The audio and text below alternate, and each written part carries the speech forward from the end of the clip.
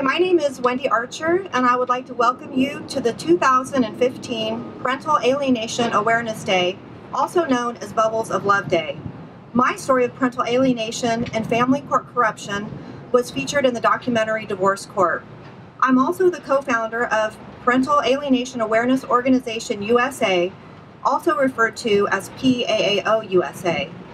PAAO-USA is a 501c3 nonprofit organization with 12 chapters across the United States.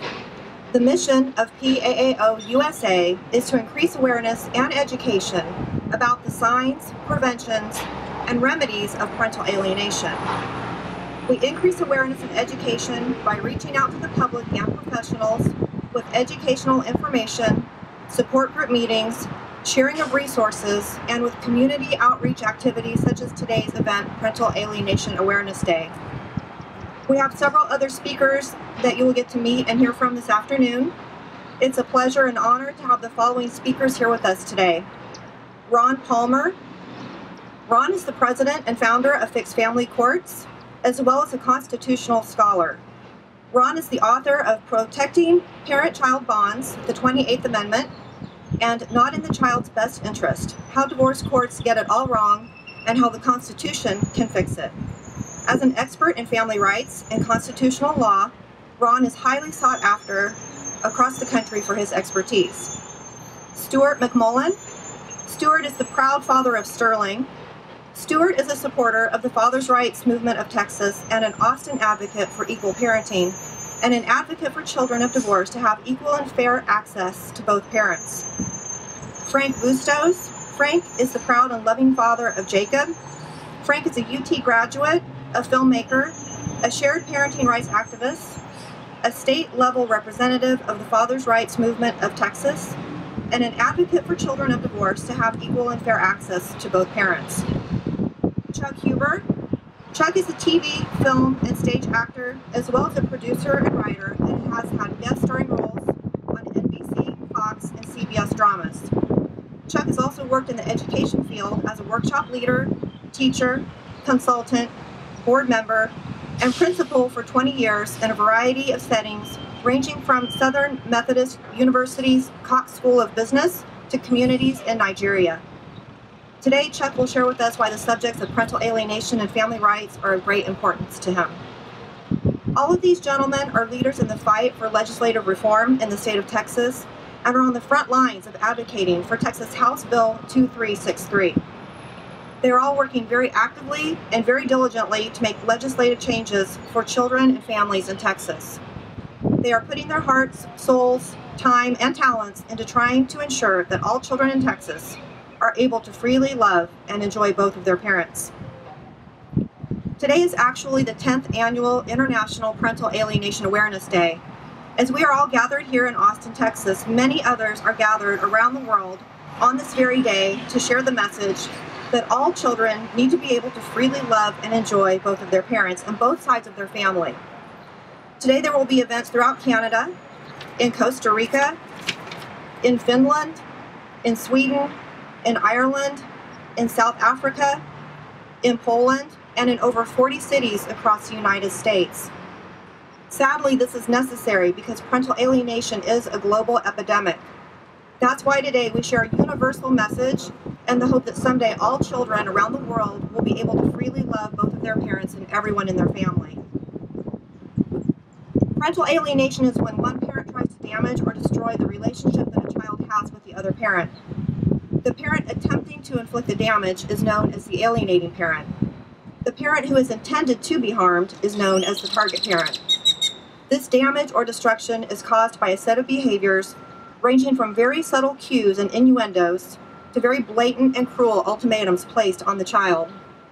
Parental alienation can be mild, moderate, or severe. It can strain the relationship that a child has with the target parent, or it can sever the relationship entirely. The result is usually the same for extended family members and close friends. When a child is forced to disrespect or entirely reject the target parent, they are almost always also forced to disrespect or entirely reject aunts, uncles, cousins, their precious grandparents, and sometimes they're even forced to reject one or more of their own siblings. Alienated children do not snap out of it when they turn 18 years old. As long as they are under the control and manipulation of the alienating parent, the child will remain alienated. It is not uncommon for a child to remain alienated for a lifetime. If you're not familiar with parental alienation, the fact that it's a global epidemic might surprise you. You might think that could never happen to me. I'm a great parent. I have a wonderful and very close relationship with my kids. Your next thought might be, what did those parents do to deserve to be alienated from their children? The answer is, they did nothing to deserve to be alienated from their children. Parental alienation is not caused by the target parent. Parental alienation is not a choice made by the alienated child. Parental alienation is caused by the manipulative and cruel behaviors and actions of the alienating parent. As unbearably painful as it is for the target parent, it is even more painful for the child. Imagine your child longing to talk to you, longing to see you, longing for one of your hugs, longing to say and to hear you say, "I love you," but knowing it is not safe for them to do so.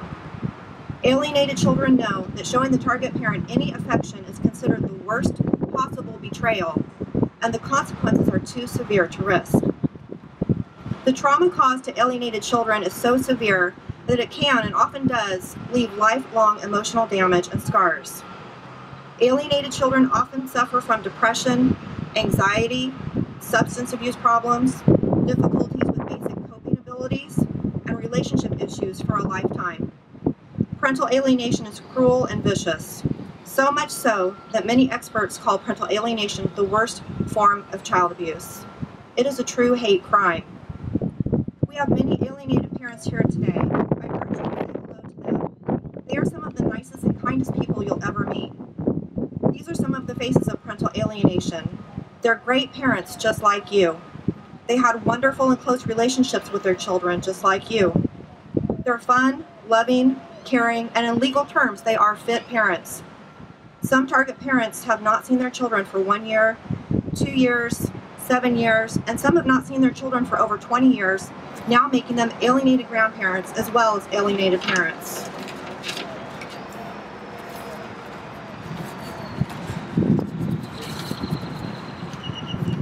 Right now, you might be asking yourself, how can awareness like this bring any real change?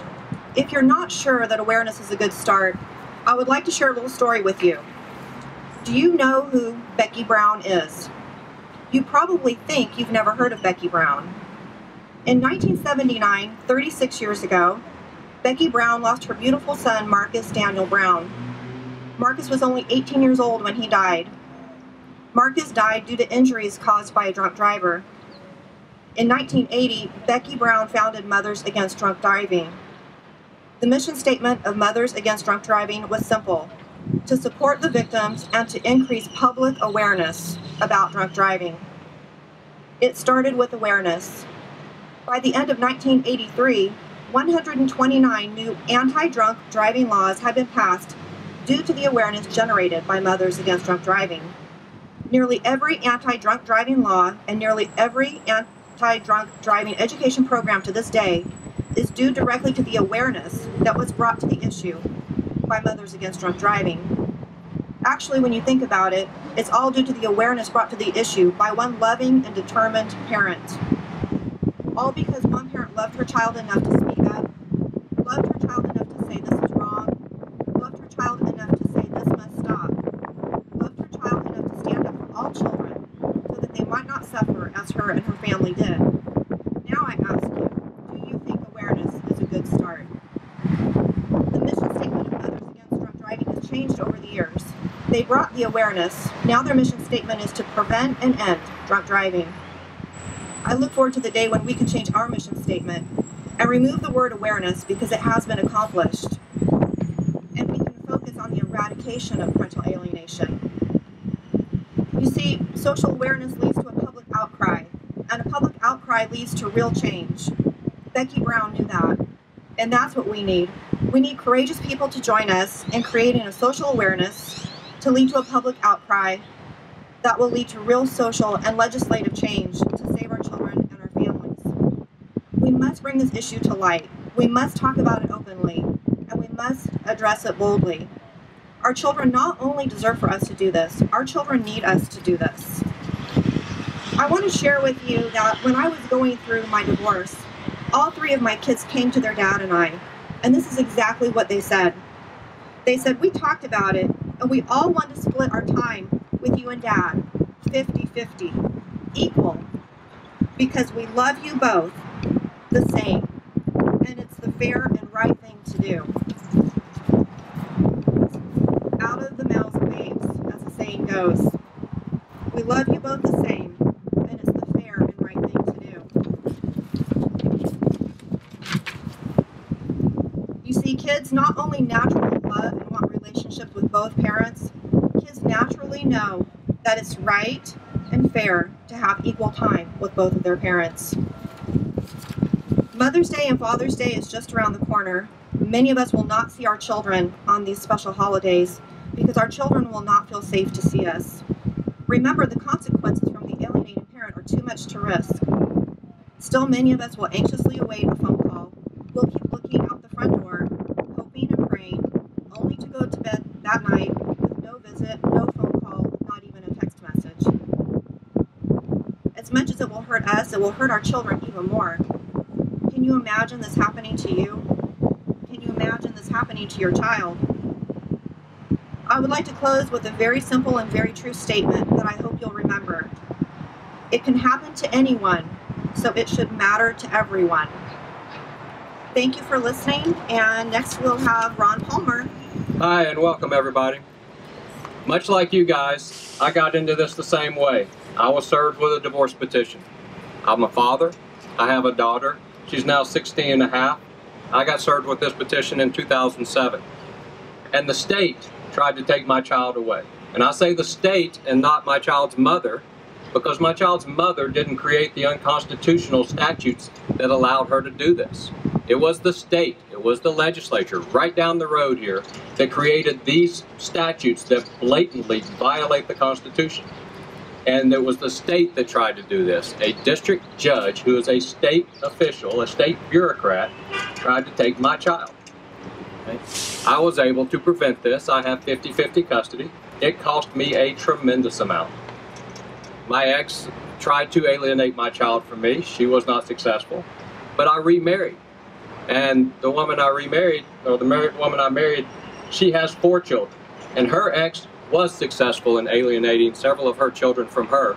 And we went through years-long custody battles that were financially devastating, emotionally devastating, and had lifelong impact on the relationship between my wife and her children and between me and her children. And I knew her children long before either of us ever got divorced and had very strong, very close connections with these children. And that's been forever damaged. Okay? Not because of the exes per se, but because the statutes allow this to happen. The state gets involved, and the state says, we are going to decide, the state is going to decide what is essentially a fundamental right for each of the parents. Now, we were able to win in this battle, and my wife has 50% custody now, 50% time. But again, it took years, and it was devastating, and we went very long periods of time without seeing her children at all. And we had tremendous expense as her ex took the children out of state. And the court supported this after the fact, after he violated the orders. So what we learned in all of this was a number of things. We learned how to combat the state, how to identify what the state is doing and how they're doing it unconstitutionally and what we can do about it.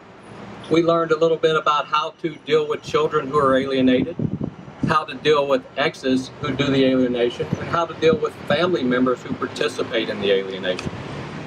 And we've worked very hard to help other parents go through this and help them solve the problems. And we work to change issues with the legislature, to change the laws, and to confront the judges directly in what they know are constitutional violations. Our judges all take an oath to support the Constitution of the United States before they can become judges.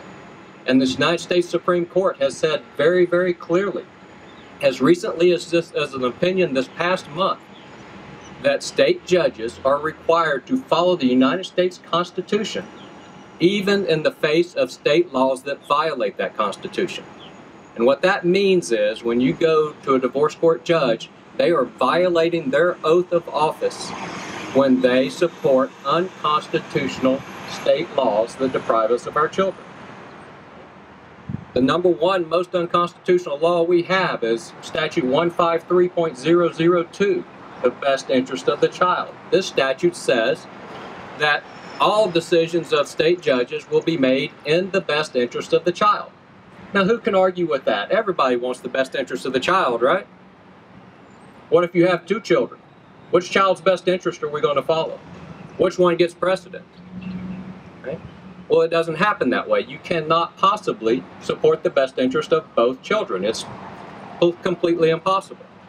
So best interest has to give. The United States Supreme Court has said this very clearly. It said best interest is not the controlling factor for custody. And in fact, parents can, as long as they meet the minimum basic needs of child care, they can subordinate the best interest of the child to other children and even to their own needs and not lose their custody. And yet the state courts continue to force us into this model. So what we need to do is understand what our rights are, where they come from, and how to fight for them in court. Because what the state courts are operating on is this outdated idea that your parental rights depend on your marital relationship. And 100+ years ago, that was the reality, right? Everybody believed that your parental rights depended on marriage. And we had these things called bastardy laws. And what this meant was that if a child was born outside of wedlock, that child could be treated as a second-class citizen. And they were treated as second-class citizens. And also, the father of that child could be treated as a second-class citizen, and they were. Well, in the late 60s, early 70s, the United States Supreme Court, through a series of cases, said very clearly that this is unconstitutional. We cannot create unequal classes of child or unequal classes of parent based on the marital status of the child's parents. It's blatantly unconstitutional. And in previous rulings, the Supreme Court has said that your parental rights are individual rights. They exist between each parent and each child as rights that parent and child share, irrespective of the marriage. So we cannot treat single parents differently than married parents. There's even a statute in Texas that alludes to this. And it says no discrimination based on marital status. And then it goes on to say that children born to single parents cannot be treated second class to children born of marriage. Right? That leaves a blatant, gaping hole. What about children of divorce? The statute specifically, and I believe intentionally, leaves out an entire class of children who are treated as second-class citizens simply because of the marital status of their parents, because the marital status of their parents changed after they were born. Okay? We have to confront this. This is all based on bias and prejudice and outright bigotry against divorce. Divorce used to be despised and hated in this country. Right? I grew up in the 70s, and divorce was an awful thing in the 70s. Everybody talked bad about it. If you were a divorced person, you were looked down on by society. Right? Well, that has changed. Divorce is common. So many people we know are divorced, and nobody is looked down on for divorce in general unless you are a parent. And if you are a parent of a child and you get divorced, then you are absolutely treated as a second-class citizen in this country, even though the Constitution says you cannot be, and the Supreme Court says you cannot be. Society still does it, and the laws are still have bias and bigotry entrenched in them all the way through them. Essentially, the state of Texas says that all it takes to deprive you of your fundamental rights with your children and your children's fundamental rights to you is the filing of a piece of paper with the court. One person files a petition, and all of a sudden your rights that are fundamental, that get the highest level of protection of any right in this country, are swept away as if they did not exist. Simply because somebody files a piece of paper to divorce you and you have children. What we have done is documented how this is wrong, why it's wrong. We wrote a book. It's called Not in the Child's Best Interest. There are copies up here if you want to take a look. We cite over 90 United States Supreme Court opinions that go through and explain why this isn't unconstitutional. And we explain what these opinions are, what they mean, how they apply to what the states are doing. Texas is not alone in this. All 50 states do this. Right? But our point here was, and we wrote this book after we won our battles and we had time and ability to sit down and do this. I expected this to be a very, very short book. But it turned out that the Supreme Court has had many, many cases saying that this can't be done. Right? And the most recent in 2000, a case called Troxel, where I started the search. And it explains what our rights are, that they're fundamental, and what the state has to do before they can infringe them. But because this was a grandparents' rights case, the states say, well, that only applies to grandparents' rights, doesn't apply to those divorced people. Why? Because we despise divorced people, no other reason. Because we want to be biased and prejudiced against divorced people. There's no other reason. Every bit of legal reasoning and legal logic says that that opinion extends to divorced parents. But because they have this bias and this prejudice, they refuse to do it. So what we have to do, like every other group in this country that was treated as second-class citizens, from the blacks to women to gay rights that are going on now, we have to stand up and confront this. We have to understand what our rights are. And we have to articulate those rights, and we have to demand that the courts respect our rights. We should never, ever enter a divorce proceeding and ask the judge to make a best interest decision. That's foolishness. We should enter a divorce proceeding and demand that the judge respect our rights and support our rights, and we should demand that the court articulate what our rights are. Okay?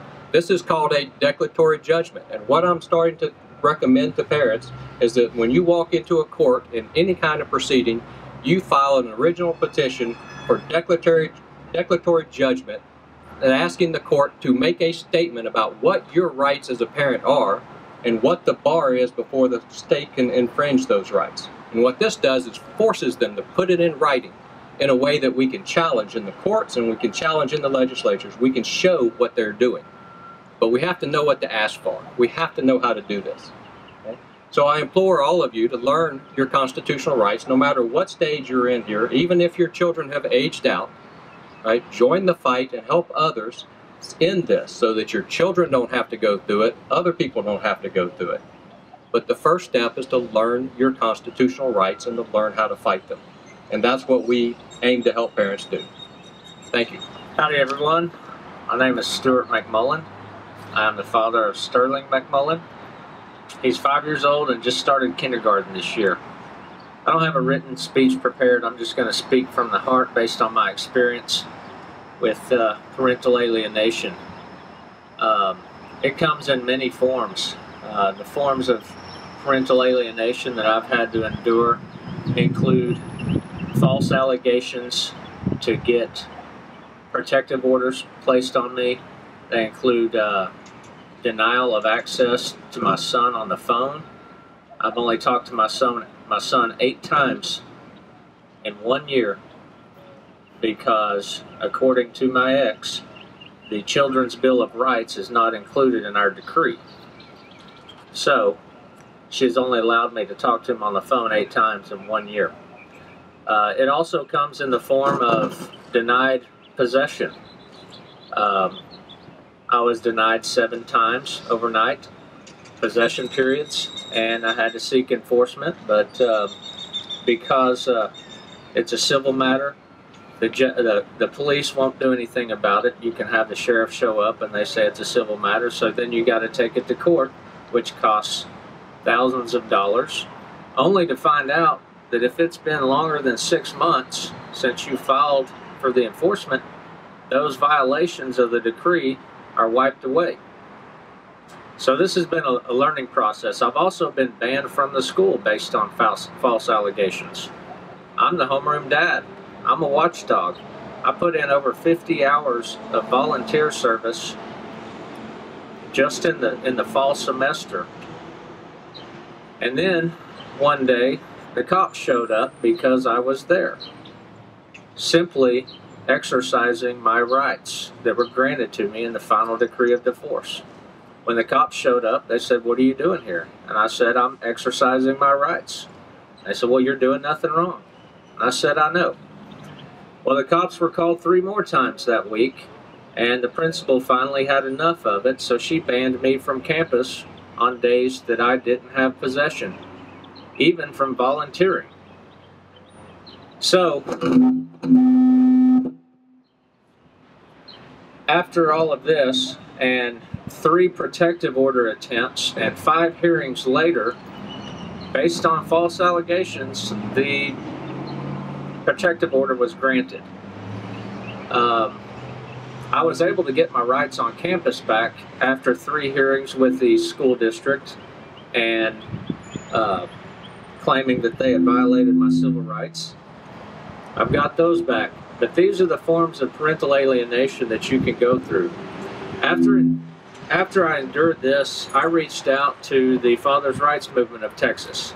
Now, just because it says the Fathers' Rights Movement doesn't mean women are not affected and should not be involved. As a matter of fact, there was a petition that was signed on the website, and more than half of the signatures were from women.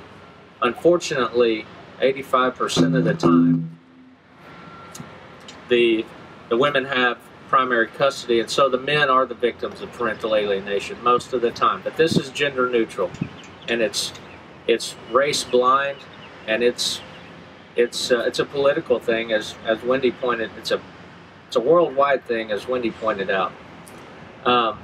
After all of this, I reached out to the Fathers' Rights Movement and started getting involved. And I happen to live in Austin, so going to the Capitol was an easy thing for me to do.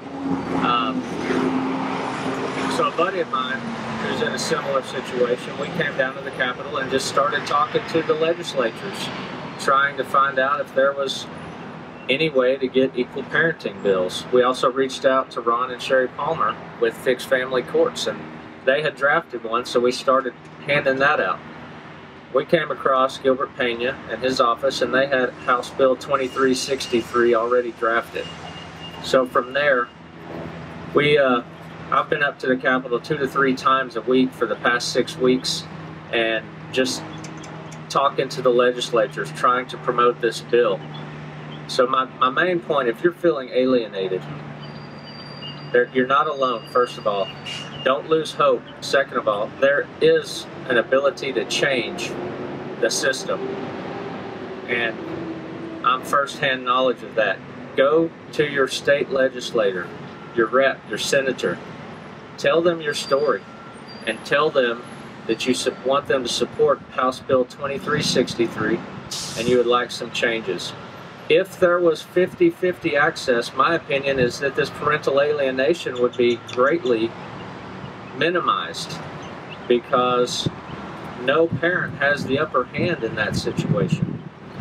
So I'm going to be around here till 2 o'clock. If anybody wants to talk to me, please come find me, and we can discuss more. Thank you. Good afternoon.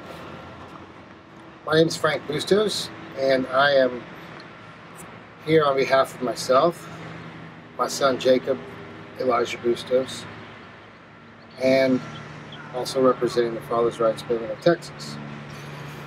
When my son Jacob was born in October of 2010, like most of you that are parents, something inside of me changed, and I was gleaming with excitement, pride, joy. I had high hopes and dreams of participating in watching Jake grow as an infant into a toddler and into a young boy. Dreams of participating and guiding him through monumental rites of passage and steps along the way,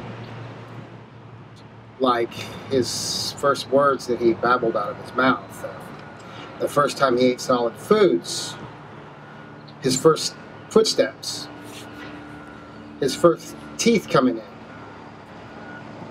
teaching him how to ride a bike. Unfortunately and sadly, I missed out on a lot of these firsts for Jake. And painfully, so did my parents. I was a victim of a brutal distortion campaign of parental alienation that began even before Jake's mother and I split up.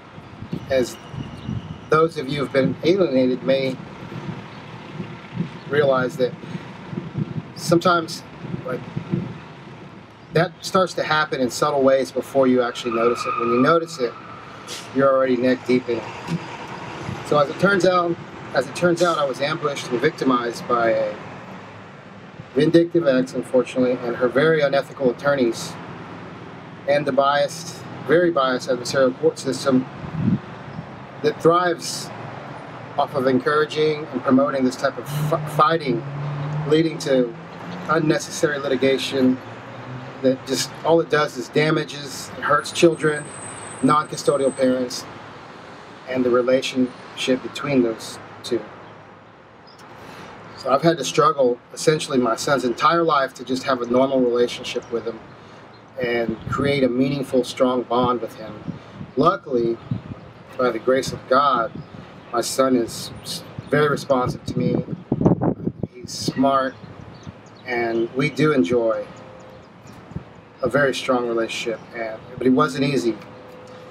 I endured classic parental alienation, bad-mouthing of me, of my parents, in front of our kid, withholding of visitation, of court-ordered visitations, false allegations of abuse, even frivolous protective order filings, one as recently as last fall. All these attempts are basically attempts by his mom, and I'm sure under the influence of the attorneys, to undermine my role as his father, to gain an advantage in a system that promotes animosity between parents and creates custody battles. In my darkest of moments, and I actually feel a little embarrassed saying this because I endured 7 months of alienation during his toddler years, and I know there's people here that have gone years without seeing their kid, but for me those 7 months were like my darkest of dark, not being able to see my little kid. And I sat at home alone and cried like a baby on Father's Day by myself while my kid was down the street 5 miles away from me down the street, and I had to sit by myself on Father's Day. I missed a Thanksgiving dinner. I missed Christmas. I even missed his second birthday altogether. And during all of these occasions, he was right down the street 5 miles. And I had court-ordered visitation rights, and they were just blatantly being violated. And I begged on numerous occasions to be the source of his supervision or child care in times that mom was out working, because she works night just right down the street here in downtown Austin. And it always fell on deaf ears, it seems like.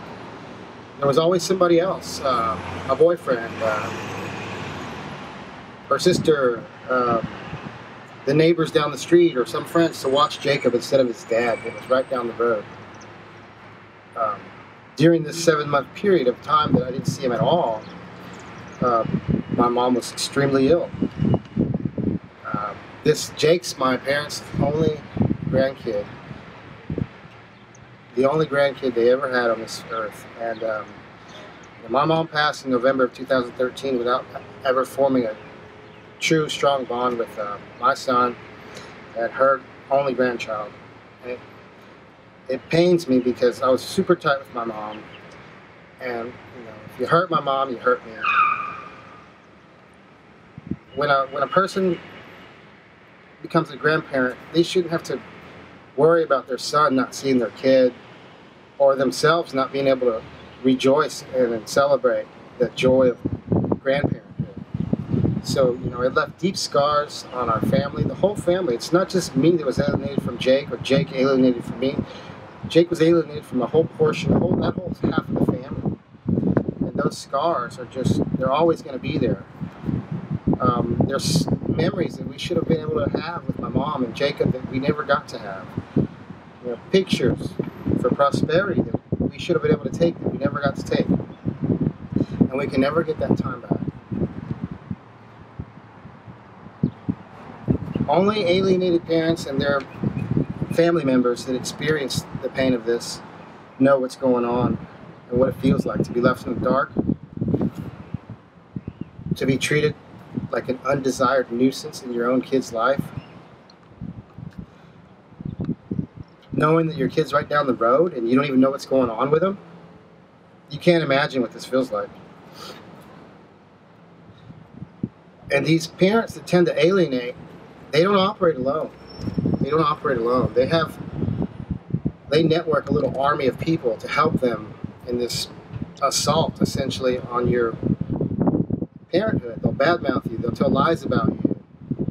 And essentially, they'll do whatever it takes to get their allies to help them destroy your relationship with your kid or undermine your integrity or your rights and importance as a parent in your own kid's life.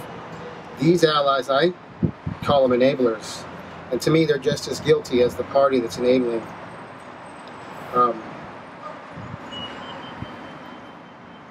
I believe these enablers should be ashamed of themselves. I believe they should be exposed. In fact, if you know anybody that's helping an alienator, I urge each and every one of you to shame these people, expose them for their selfish and devious acts, their immoral acts, and their harmful behavior towards children. Because these are our kids that we need to stand up for. Right across the street here is the courthouse. In my opinion, they're the #1 enablers. That's where they do their work. Over there in the Capitol also, as Ron was saying. Right there is the chopping block. It's the meat grinder. That's where families are ripped apart. And the cycle of parental alienation begins in that courthouse. Parents walk into that courthouse on a daily basis. Then they get blindsided. They walk out, never having the same rights to their own children again. Some of them not even having the same relationships with their kids anymore. So it's up to us, as Ron was saying, to change the tide, to get the family courts to hear us, to get legislature to hear us.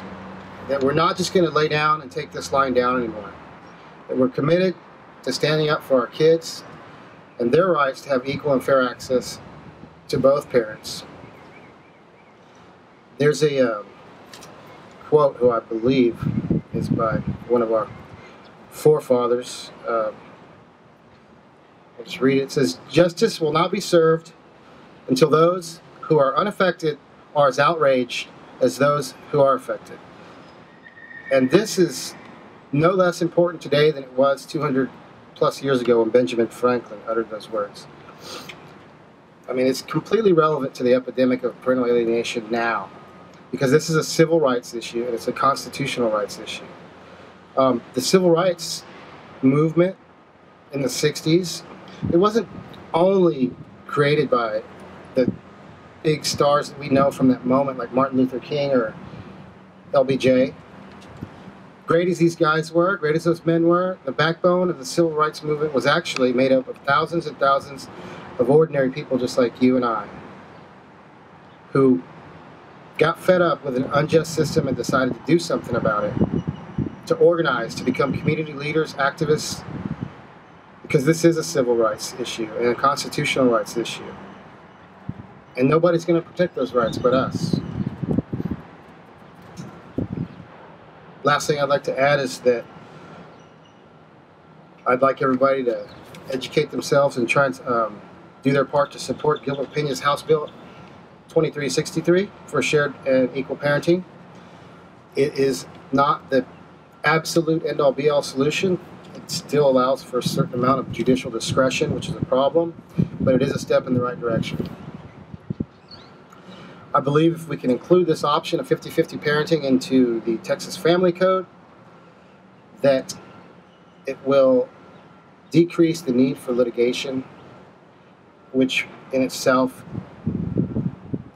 will cut down greatly on parental alienation that seems to be associated with the whole custody battle thing. So thank you guys very much.